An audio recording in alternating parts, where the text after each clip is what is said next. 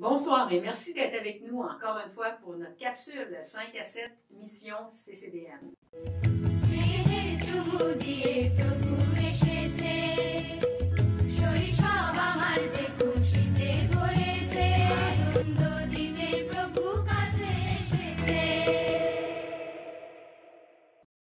Encore une fois, ce soir, on a un contenu fort intéressant pour vous, dont une entrevue avec Don Mann et son épouse Marie-Josée.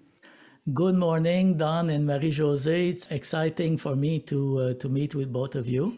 And I want to tell you how much the church, the CCDM here, they love you. And they will be very happy to hear news from you. So please go ahead and tell us what's happening in your life. Merci, René. Bonjour, Carrefour Chrétien. Always a delight to be with you, whether in person or like we're doing today through a Zoom call. And just want to give you an update as to our journey in the last couple of years since we were with you the last time.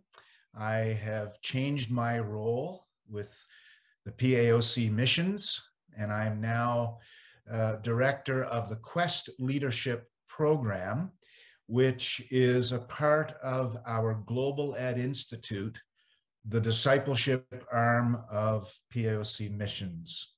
And so we've been developing the Quest Leadership Program over the last 2 years.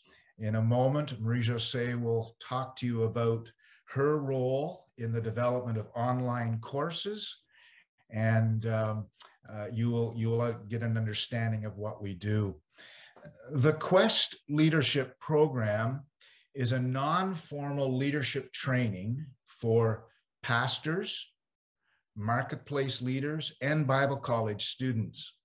Well, as you know, we have lived in African soil for well over 10 years and now have moved back to Canada, to the South Shore of Montreal in La Belle Province at Quebec, and are only living about 30 minutes from St. Hyacinthe in the city of Longueuil.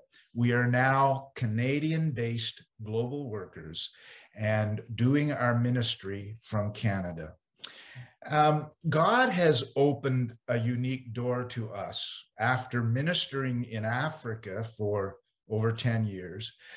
God is now allowing us to work in places like Pakistan, India, and potentially even Siberia. These are some of the countries that we're talking to the leadership about the Quest Leadership Program. We did a conference, a live video conference to the nation of Pakistan last August. Over 1,000 people attended the conference in Pakistan while we did the video conference from Canada. But through social media platforms, over 50,000 people have viewed that conference online. And now we're looking at doing another conference just before Easter back to the nation of Pakistan. As the pandemic starts to calm down, it is my plan to travel to Pakistan, Lord willing, in the spring, and to be there in person and to meet with the leadership in Pakistan to develop not only conferences, but online courses that Marie-Josée will talk about. Certainement, depuis notre retour, il voilà 2 ans et demi, notre retour de l'Afrique du Sud, mon rôle a grandement changé, ça c'est certain, et je me retrouve dans un rôle plutôt administratif. La plupart de mon temps est passé à faire le montage du cours sur une plateforme qui s'appelle Teachable, qui est vraiment une université en ligne où les cours sont donnés. Et mon rôle a été de faire le montage et comme je partageais avec Pasteur René, les vidéos, un après l'autre, des vidéos d'enseignement. Nous utilisons beaucoup d'illustrations. Alors, beaucoup de mon temps est passé à s'assurer que le cours est extrêmement illustré. Aussi, en même temps, j'aimerais profiter de l'occasion parce que je pense que ça fait peut-être 1 an et demi qu'on s'est retrouvés avec vous, où est-ce que Don était venu strictement pour prêcher. Et je pense que vous avez donné un petit compte-rendu selon son cheminement de son cancer. Son cancer ne semble pas vouloir le laisser complètement. Don est continuellement sur les traitements chaque 2 semaines. Mais vraiment, on se retrouve aujourd'hui ensemble, puis je ne veux pas devenir émotionnelle, mais le Seigneur a été incroyable selon ce cheminement-là. Et vraiment, sans trop exagérer, c'est vraiment un miracle que Don est toujours avec nous, qu'il est en santé et qui a eu toutes les capacités de pouvoir continuer vraiment le développement d'un cours et Dieu voulant qu'il va être capable de recommencer à voyager aussi. Alors, on ne prend pas pour acquis que toutes les prières qui se sont venues de notre côté en ce qui concerne sa santé, et je vous dis vraiment, le Seigneur a répondu à toutes ces prières. On ne prend pas ça pour acquis et chaque jour, je dis, vraiment, on remercie le Seigneur, on voit ses bénédictions dans tout et il est si bon. On est ici aujourd'hui, puis je veux vous dire une chose, le Seigneur est si bon et si fidèle et sa parole nous soutient d'une façon qu'on ne peut vraiment pas exprimer. Alors, lorsque son cheminement continue, oui, on veut le grand miracle, la guérison complète, mais entre-temps, on voit sa guérison et la main du Seigneur chaque moment et chaque jour. I love this lady. I love her passion, her support, and her incredible contribution to the Quest Leadership Program. We'd appreciate your prayers for Quest. By the time you see this Zoom interview, I'll have had some meetings with some key leadership in India. I've already met with about 31 leaders in India. As I've mentioned, Pakistan, we're looking at another conference the week before Easter, and then an eventual trip to Pakistan. And would you pray for Siberia? Mm-hmm. As you know, at the time of this recording, there is a war going on, and it not only affects the people of Ukraine, but may mean a delay to taking the Quest Leadership Program to Siberia. But we have learned that delay does not mean denial, Mm-hmm. and delay does not mean that God is not at work. So thank you from the bottom of our hearts. Grand merci, merci beaucoup for your prayerful and financial support of the Quest Leadership Program. And look forward to the day that we'll be able to see you face to face, not just on a screen. Dieu te bénisse, tout le monde. Hey, pareillement, il l'a bien dit. Depuis le début de l'année, 2 pasteurs ont déjà bénéficié de notre soutien financier. En réponse, ils nous ont fait parvenir chacun une lettre empreinte de gratitude et de reconnaissance pour les dons qu'ils ont reçus. Pasteur Martadas, de l'Association nationale chrétienne du Bangladesh, nous informe qu'actuellement, de nombreux travaux sur le champ de mission sont en attente, faute d'être en mesure de rémunérer 2 ouvriers essentiels au projet. Elle écrit « Ce serait formidable si vous pouviez trouver un organisme ou une personne intéressée à soutenir un travailleur pour au moins 2 ans. » Pasteur Son Soka, quant à lui, qui œuvre au Cambodge, précise que son Église est grandement mise au défi avec le variant Omicron.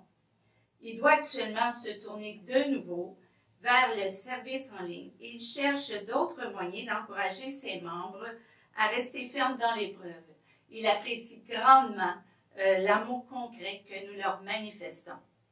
Encourageons et gardons en prière ces pasteurs et leur ministère afin que leurs besoins soient satisfaits. Nous continuons avec quelques nouvelles de Erdo avec Claude. Nous avons eu récemment des nouvelles de Erdo via le parrainage de Thaïlande. Vous savez que la pandémie, tout a affecté beaucoup de pays, mais aussi Thaïlande, qui est vraiment que des usines ont été un peu arrêtées temporairement, et ainsi que aussi l'économie. Ce qui a permis le parrainage d'aider pour aider à nourrir les enfants et aussi à payer pour leurs frais de scolarité, et ainsi les autres nécessités. Alors, vous savez, les parents, des fois, vivent au quotidien, leur survie permet d'avoir un travail pour pouvoir payer vraiment la nécessité au quotidien. Et nous avons ici au CCDM, nous soutenons 2 enfants de niveau de la Thaïlande. On va pouvoir voir sur l'écran les 2 enfants. Fait que, nous avons reçu les 2 cartes de Noël parce que nous soutenons un garçon et une fille à Thaïlande. Et ils nous souhaitent la bénédiction pour Noël ainsi que tout au long de l'année. Nous avons le garçon qui s'appelle Krichai, ainsi que la fille qui s'appelle Nikachan. Et ils nous remercient vraiment beaucoup pour notre soutien. Et vous savez, au travers de ce parrainage-là, nous investissons dans l'éducation des enfants pour leur futur, qui leur permettra d'avoir un meilleur emploi. Et ainsi, par ce parrainage-là aussi, ça a aussi un impact parce que ça les amène à croire en Jésus, ainsi que leur famille. Vous êtes encouragés à soutenir d'autres enfants de Thaïlande. Que si vous voulez communiquer avec les enfants, bien, il y a juste à venir nous contacter. Nous allons faire le nécessaire pour vous mettre en contact. Et nous vous demandons de prier pour eux, aussi pour leur santé, leur protection. Et ainsi, c'est ça pour vraiment qu'ils puissent vraiment connaître davantage Jésus et que le pays puisse s'ouvrir à eux. Et nous vous remercions pour votre soutien financier. Merci. Et maintenant, j'ai à cœur de vous partager un témoignage. En 2017, Dieu nous avait dirigés à organiser une mission médicale d'évangélisation dans une région centrale des Philippines, dans un village éloigné, dans une région montagneuse qui s'appelle Bongabong. Cet endroit était retenu dans les ténèbres par le spiritisme et la pauvreté. Et je vais vous présenter une très courte vidéo de cette mission.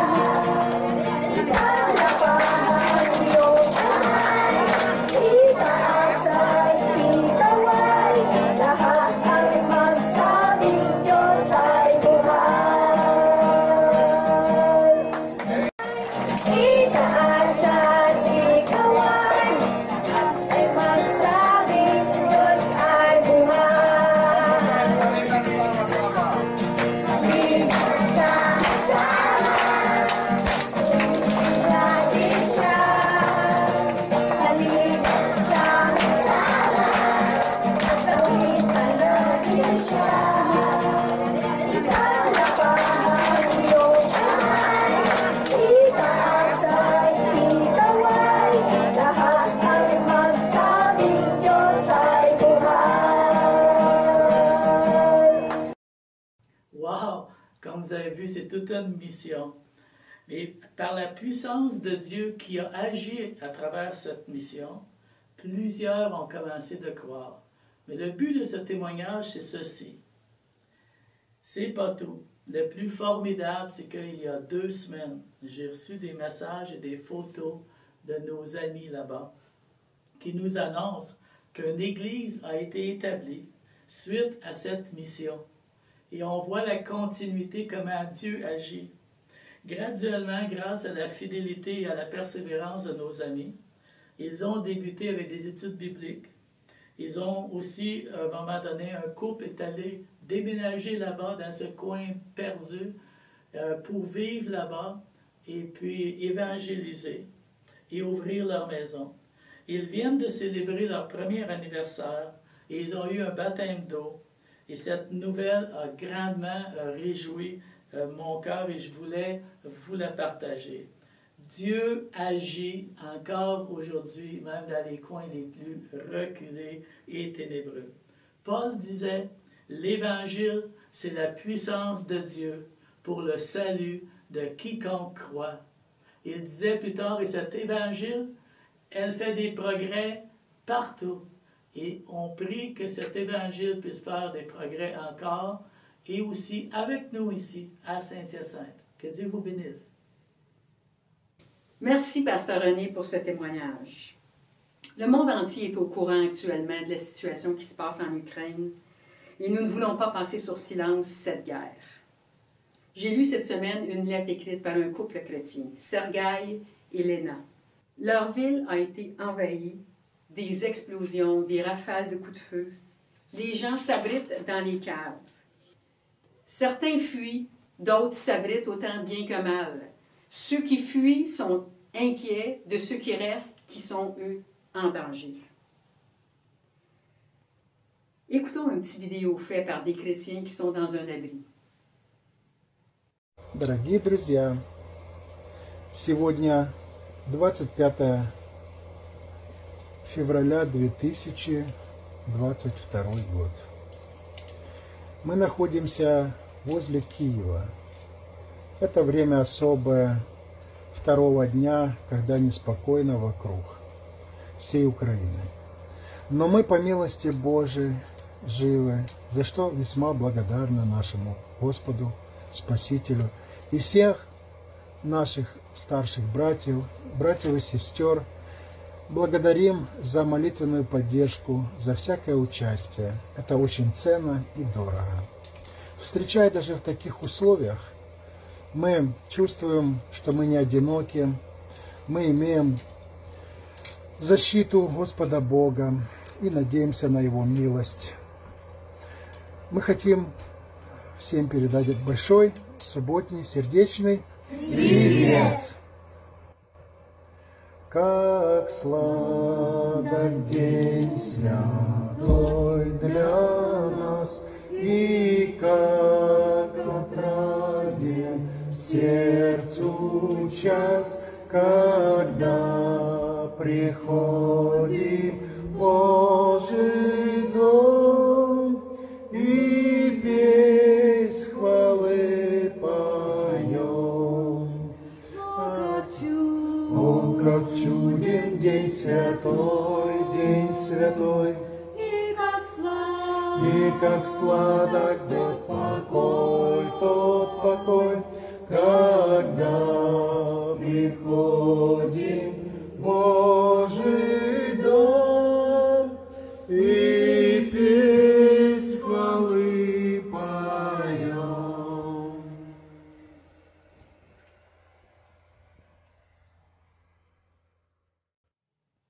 Les assemblées de Pentecôte, par le biais d'Erdo, nous demandent de prier pour la guerre en Ukraine et de donner pour soutenir les enfants qu'on parraine et aider les gens que nos contacts qui sont en Ukraine.